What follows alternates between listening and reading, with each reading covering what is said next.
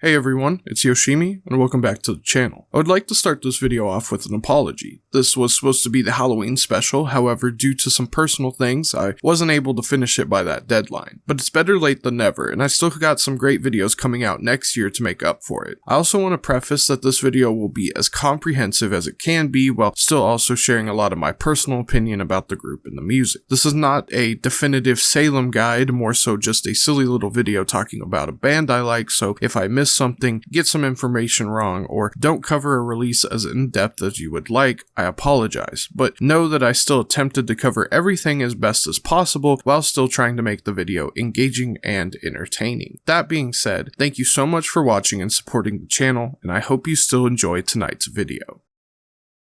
When the leaves start changing colors and the air becomes a little cooler as autumn rolls in, the music I listen to changes just as much. I like to listen to things that fit the vibe better in the colder months nearing the end of the year. Black metal, dungeon synth, dark ambient, and especially witch house. Tonight, I am excited to discuss and bring to you a legendary act in not only the microgenre they pioneered and created, but in music as a whole. Tracks so cold and ethereal it fits the perfect vibe for colder weather. With that being said, sit back, relax, and enjoy as we deep dive and talk about the sounds of Michigan-based witch house collective, Salem. I love you.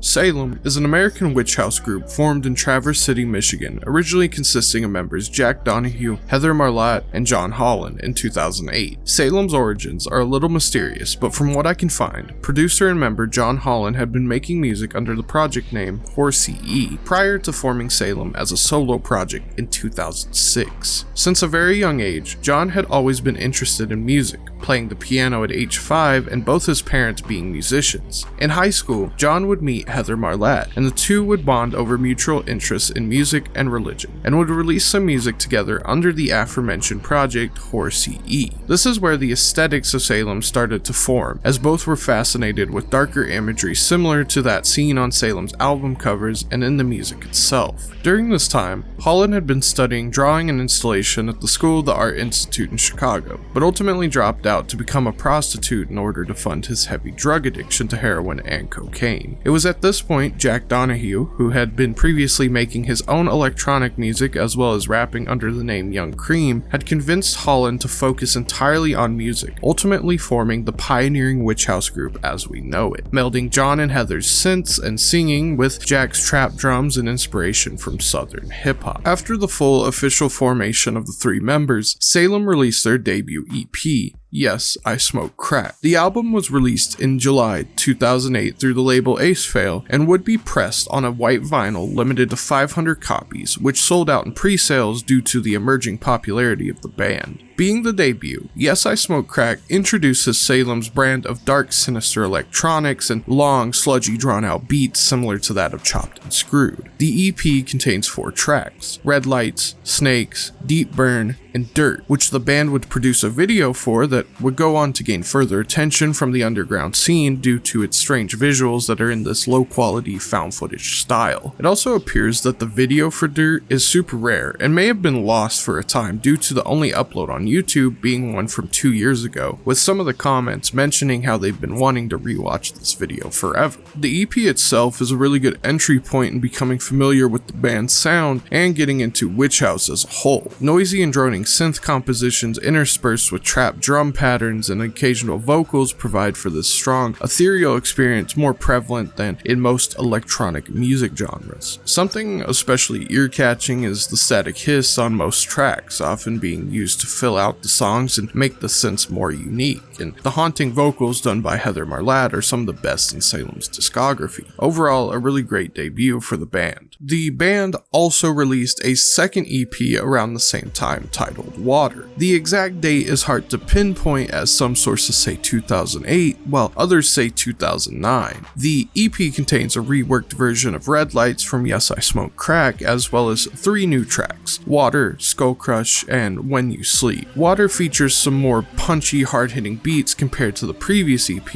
with Skull Crush being a definite highlight in that regard, sweeping waves of synth that wash over the drums and vocals. There's not a whole lot to say about this EP as it continues to build on the band's iconic soundscapes, but it's got some killer tracks for what it is. Around this time, Salem would also release quite a few remixes. Notable ones include 2 Gucci Mane remixes, one of Bird Flu and one of Round 1, as well as a remix of Playboy Trey's Sideways, which appeared on the ATL remix compilation released by Adult Swim. 2 DJ mixes also released by the band, XXJFG and We Make It Good. Both are really good, with XXJFG being a more gabber and standard EDM mix, and We Make It Good Volume 11 having a more ritualistic Witch House vibe, featuring other Witch House artists like Ooh, and even a pretty interesting drag remix of Whispering Winds by Beach Boys. 2009 also saw the release of the group's first mixtape, Bow Down. This release was also difficult to pinpoint when exactly it dropped, with some sources saying 2009, while others say 2011. I'm putting it here though based on the release date listed on Rate Your Music. Bow Down is personally one of my favorite Salem releases. It's just got this cold, evil vibe to it. A lot of Bow Down consists of slowed down Memphis horrorcore samples, mostly from legendary Memphis group Graveyard Productions, which pair great with Witch House's musical structure, creating a sound even more sinister than the source material already is. There is also some original songs on here as well, like 666, which was actually featured at the end of a skate tape by Supreme called Cherry. Overall, I really liked a lot of the sounds and songs chosen for Bow Down. They really complement each other and build up this cold, depressing, evil sound that Salem would go on to be remembered for.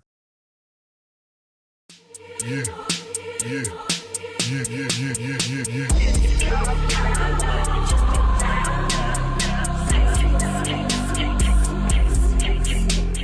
2010 saw an especially prolific year for Salem, possibly the peak of the group's career with the release of their debut album, King Knight. King Knight serves as not only the band's major debut release, but also a pioneer for the genre it resides in. King Knight is dark, cold, atmospheric, and genuinely eerie. The title track, which also serves as the album's opener, is stunning in its sound design. Loud buzzing synths, ghostly choirs, and pummeling drums all create this spooky atmosphere. The blaring and blown out synth work especially delivers this almost noise aspect to the album, as fuzz and static envelop the track. I really think this is one of the band's strongest songs, despite being the first track and one that probably most people know. I'm always a fan of albums with great opening tracks. It really draws me into the experience more. The album only continues to lay out banger after this, with Asia, while only being the second track this time, is another highlight. Asia serves as this kind of come down from King Knight's high-intensity electronics. Asia is slow, sludgy, and pummeling, with confrontational 808s and a strange, ethereal kind of vibe. A major influence in King Knight's sound is trap and hip-hop music. Sampling is used quite a few times on the album, and a lot of the drum work featured is very similar to that of trap music and southern hip-hop. Member Jack Donahue also raps on tracks like Sick and Trapdoor, with his vocal style being reminiscent of major players in the Memphis/Southern rap scene, as well as drawing more parallels to hip-hop genres like Chopped and Screwed, another major influence on the group's sound, with Witch House even spawning its own spin on the formula called drag remixes or dragged and drummed. Occult imagery and soundscapes are also featured in King Knight's aesthetic, similar to that of Memphis rap and horrorcore, aesthetics which would go on to be a staple in the Witch House genre. Salem's hip-hop influence can be most predominantly seen on tracks like Trapdoor and Sick, though all kinds of of trap elements as well as elements of crunk and bling era hip hop can be found littered throughout the album. Listening to King Knight's blend of sinister hip hop mixed in with cold, noisy electronics forms a sound way ahead of its time. A sound that would later go on to be a sound that defined an era, serving as not only a defining blueprint of the witch house genre, but as well as the underground rap scene. Artists like Wiccaface Springs Eternal and Cold Heart Sound is heavily influenced by witch house, both releasing several mixtapes and songs with a distinct witch house sound, with Cold Heart even collaborating with rapper Black Cray on his mixtape Back to the Witch House. Black Cray's early sound heard on projects like Back to the Witch House and Crack Clouds Over Art's Kitchen are staple releases in Witch House's blend with rap music, with Salem even having production credits on the song Daydream. Cemetery of course serves as the most recent act to evolve the sound of witch house based trap music, being heavily influenced by Salem primarily, building on the sounds heard in releases like King Knight, mixing it with elements of black metal, noise, and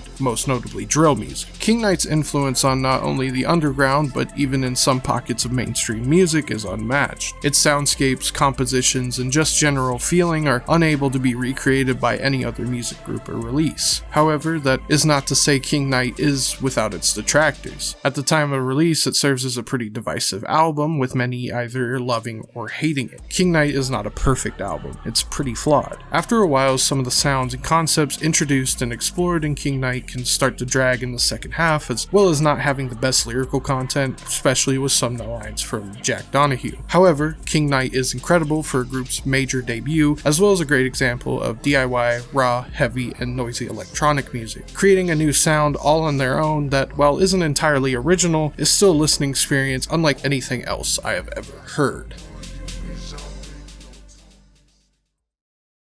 With the release of the group's major debut, Salem was starting to gain some attention in the underground scene due to their mysterious online presence and even stranger origins. Despite this, the group would continue to maintain their DIY style and mostly reject their recognition, with Jack Donahue notably sleeping through a New York Times interview, which most likely would have given them more exposure. Still, the group continued to release more tapes and remixes around the same time in 2010. A total of 4 DJ mixes were released at this time, which include Ravers Stay With Me, I Buried My Heart in a Wounded Knee, Sleep Now, My Little One Eye, and 5 Minutes to Live, Gurn Baby Gurn. It would be impossible to go over them all in depth, as they are just mostly remixes of other songs, but Ravers Stay With Me is probably my favorite. It has a really nice vibe and atmosphere that just has this overwhelmingly nostalgic, emotional feeling with a lot of trance and rave samples that allow the mix to have this very strong, high, and very deep low energy moments. I'm not really into too much of the Eurodance elements on this mix, but still enjoy Salem's approach to it, which helps a lot of the nostalgic sound the mix has. There's even a chopped and screwed version of South Park Mexican song Vogues, and the ending with the drag remix of Alphaville's Forever Young is a devastatingly emotional remix that always leaves me sort of sad after. Out of any of the DJ mixes I cover in this video, I recommend Ravers Stay With Me the most, as it's always in my personal music rotation regularly. However, that is not to say the others are without their praise. I Buried My Heart in a Wounded Knee has the same sort of vibe as Ravers Stay With Me. Where Ravers Stay With Me was like entering a dark, ethereal, middle of the night rave, I Buried My Heart in a Wounded Knee is this immediate feeling after a long night of partying. Dark, slowed down trap beats and strange and ambient folk samples feel alien as the vocals drone on and switch between genres, creating a dense musical atmosphere. I Buried My Heart in a Wounded Knee is Salem at their most drony and sludgy while still having enough energetic moments throughout to break up the slower, more drawn out parts. Around 2011, the group would release 2 more DJ mixes and 1 EP titled I'm Still in the Night. I'm Still in the Night is a rather short EP and one of the shortest releases I had to listen to for this video at only about 16 minutes in length. Yet, I'm Still in the Night is a punchy, dark, and ethereal experience consisting of B-sides and unreleased tracks left off of King Knight. The opening/title track is loud, noisy, and abrasive while still being this beautifully dark track. The pounding trap productions mixed with the drony low guitar and the vocalizations are heavy and confrontational. The track Crawl is almost like a Lil Ugly Mane song off Mr. Thug Isolation and Jack Donahue's rapping style, still taking influences from Southern and Memphis hip-hop. I think that the best way to describe this EP is heavy. I'm Still in the Night is a somber, beautiful, and confrontational collection of songs that grab you and wash over you, with the only thing bad about it being that it ends too early. It's very haunting and dreamy in a way that few Witch House releases are, and it's almost a perfect little collection of the best aspects of the genre. Other good releases of this year include the aforementioned DJ mixes on Again, Off Again, and Mother Always. Both are more the same sound-wise like some of the previous releases I've already talked about, so there's not a whole lot new to discuss about the sound, just more of what is already there. Still, I recommend checking them both out, especially On Again, Off Again for a more cold, ethereal gabber/hardstyle infused witch house sound. While 2011 saw a ton of releases from the group, that all started to come to a halt as Salem started to fade into a hiatus starting around 2012. There isn't a whole lot of information on what the band members were doing around the time, and what little there is scattered across the internet. It seems that Salem had mostly disappeared from the spotlight, merely appearing quietly in some production credits and a photo art book that we'll talk about in a moment. It appeared that only after a handful of releases there would not be another from the group. Even though Salem did not release another original piece of work until 2016, the group did have some producer credits on many notable releases from 2011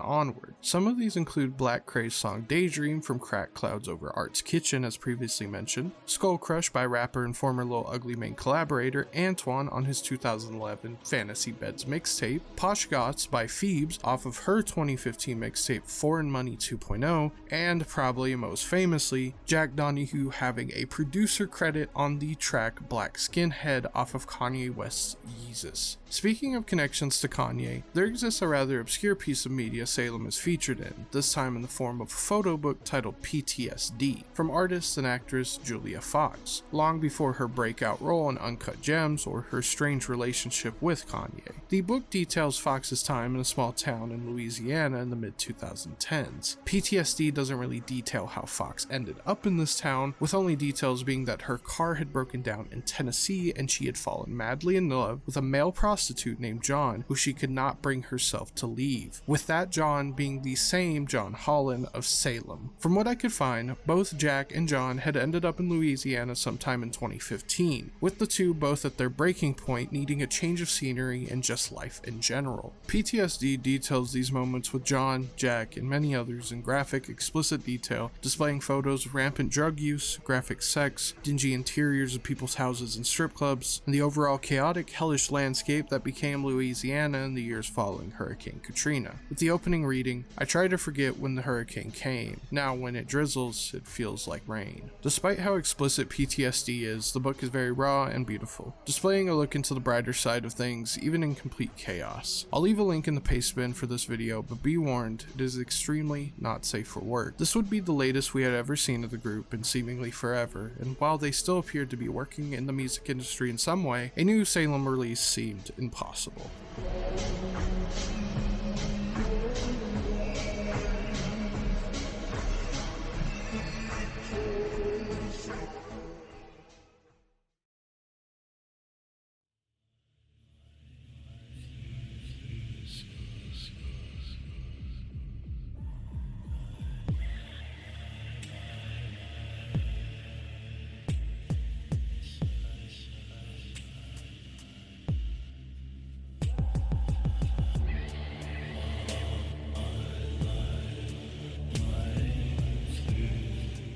After years of almost radio silence from the group, in 2016 German photographer Wolfgang Tillman would visit Jack and John in their small house in Louisiana, where they had been holed up, working on a new album. Tillmans and Jack had been in loose contact over the years, with Salem eventually releasing a remix of Tillmans' song Make It Up Go Along, which released on his 2016 Device Control EP, marking the first official release from Salem in 5 years, and some form of hope that the group would return someday. Jack Donahue would remain inactive on social media from 2017 to 2019, while John still remained active. However, nothing Salem related was ever posted. At this point, many people stopped asking for a new Salem release, with many bootlegs, unauthorized releases, and leaks being the only pieces of music in circulation. However, after nearly a decade, Salem would return in the most chaotic time of our lives. Fires in Heaven is the second studio album by Salem, released on October 30th, 2020, and marks the official return of the legendary pioneers of Witch House, as well as the first full album in 10 years, though this time notably without Heather Marlotte, who mysteriously disappeared from the group, with her stating that it had not been entirely her idea to leave. Fires in Heaven is what I can describe as a more mature listening experience compared to previous releases in terms of sound, concept, and design. It is a melancholic, abstract, and surreal experience that really captures the sound of living on a path towards self-destruction and coming out of it reborn. The album is lethargic and sludgy in a display of sort of optimistic nihilism. Tracks like Sears Towers present this nauseating dreamlike atmosphere as the dense buzz and drones of the synths and washed over ethereal vocals sing about leaving things behind and moving on. The track Starfall is especially notable in this regard and is one of the emotionally heaviest tracks on the album. The lyric, "Stars gonna fall every night, I've seen that senseless look in your eyes, and I know we've only just met, but I don't want to see you cry. Nothing I could do would change you, and I tried to stay like a fool, so I'll be leaving you in the night, cause I have no answers for you," are emotionally devastating, echoing back to John and Jack's departure from Chicago deep into the Louisiana bayou, leaving behind everything they once knew into the unknown. Of course, the culmination of the duo's depression, rampant drug use, and overall chaotic lives can be heard in the instrumental composition of the album, more so than they ever did on King Knight, now this time in less of an eerie, outright creepy way, and more somber and melancholic in design, replacing some of the more tongue-in-cheek elements of King Knight's almost scary Halloween-like aesthetic in favor for something more raw and tortured, yet beautiful and hopeful. Pulsing EDM drops interspersed with shoegazy guitar riffs and fuzz display a warmer feeling than King Knight, which can also be seen on Fire in Heaven's cover, opting out of the cold, wintry colors of King Knight for warmer and brighter colors. Still, the overall trashy depression of King Knight and Salem's sound in general is present this time in a strangely emotionally mature way, building off of the previous depressive soundscapes but in a much grander and larger way. The track Crisis is a great example of this. Lyrics like, "Now bitch, I don't feel shit, I don't need shit, I don't see shit. She asked if I love her, I can't say I feel it. She asked if I want her, I say I don't need it. And I hate it, I hate it. Waking on cold nights sweating, I hate it, I hate it. Never learning from lessons, I hate it. I should have died on that pavement, died on that pavement, died on that pavement," are raw and honest about their lack of feeling or caring about anything that may have once meant anything to them, choosing to still lead a violently self-destructive lifestyle despite knowing only agony and suffering comes from it really hits close to home. As the album comes to a close,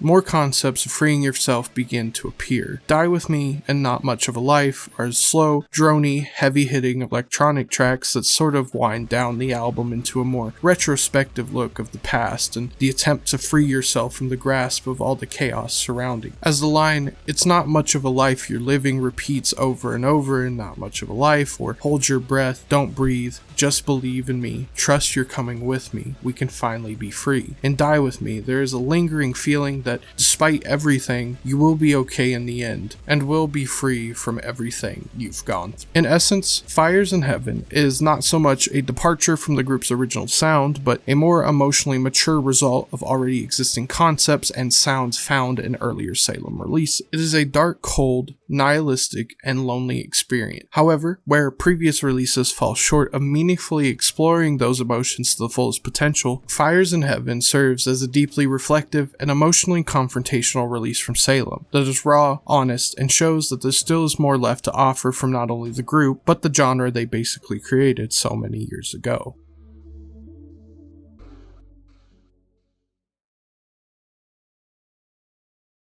It's not much of a life, yeah, maybe.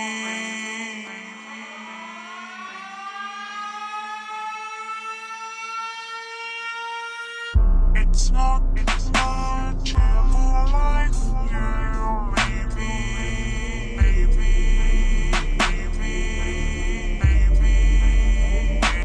No, it's not much of a life, yeah,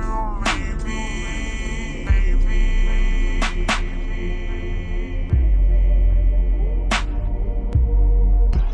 Working on this video and revisiting Salem's discography has been an emotional roller coaster. No band or artist has managed to capture emotions so candidly as Salem did, and many still have never made something as captivating or influential as Salem. They are a group that only comes around once in a lifetime and truly changes the definition of what it means to make music and be a band. While they are not perfect, and some of their more glaring flaws can be seen now more than ever today, Salem's influence can be seen on not only the sound of mainstream and underground music, but the culture as a whole, paving the way for new artists to explore and build upon the blueprint first laid out by Salem in interesting ways. No matter how much time has passed, Salem will always remain eternal.